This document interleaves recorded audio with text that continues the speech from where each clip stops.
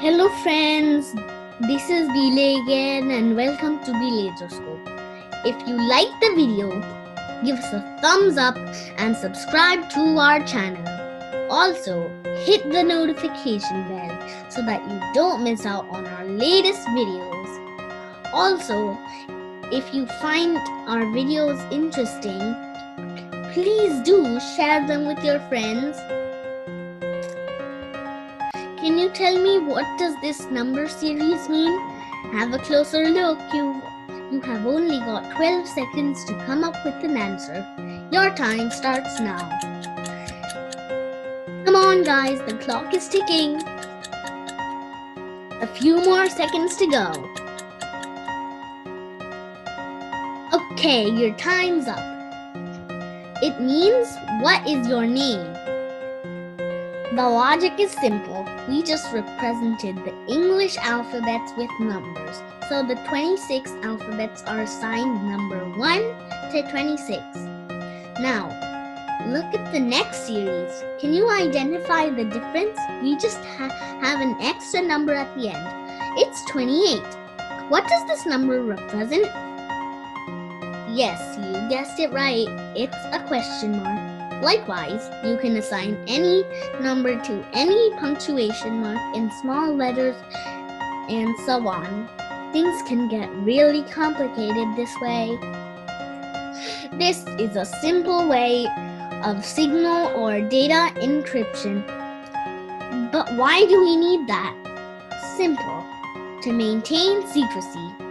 Say you send this encrypted message to somebody, and if he or she knows how to decode your message, he or she can make out what you are asking for. On the other hand, people are always trying to decode messages meant for somebody else to break into the secrecy. This has a historical perspective. That is what I am going to tell you today. Let's start with magic.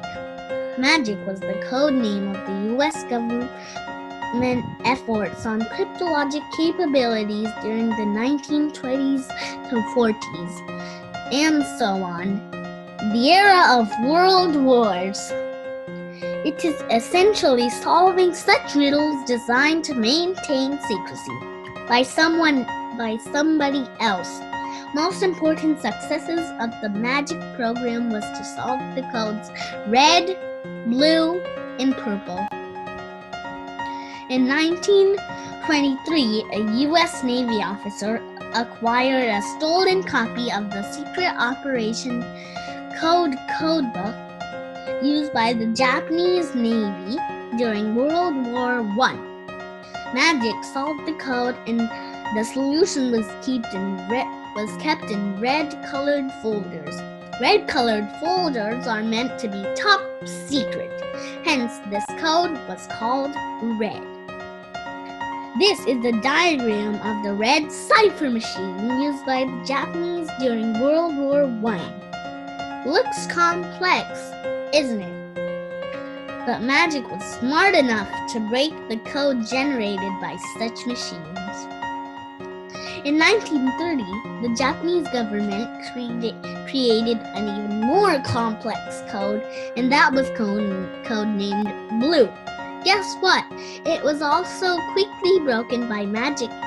By 1932, U.S. military intelligence began monitoring command-to-fleet, ship-to-ship, and land-based communications. Surely an edge over your opponent, right? Japan's ally Germany declared war in the fall of 1939. Nazi Germany and erstwhile Japan joined hands to develop a new code, codenamed Purple. Why purple? This is the color you get if you mix red and blue. Funny.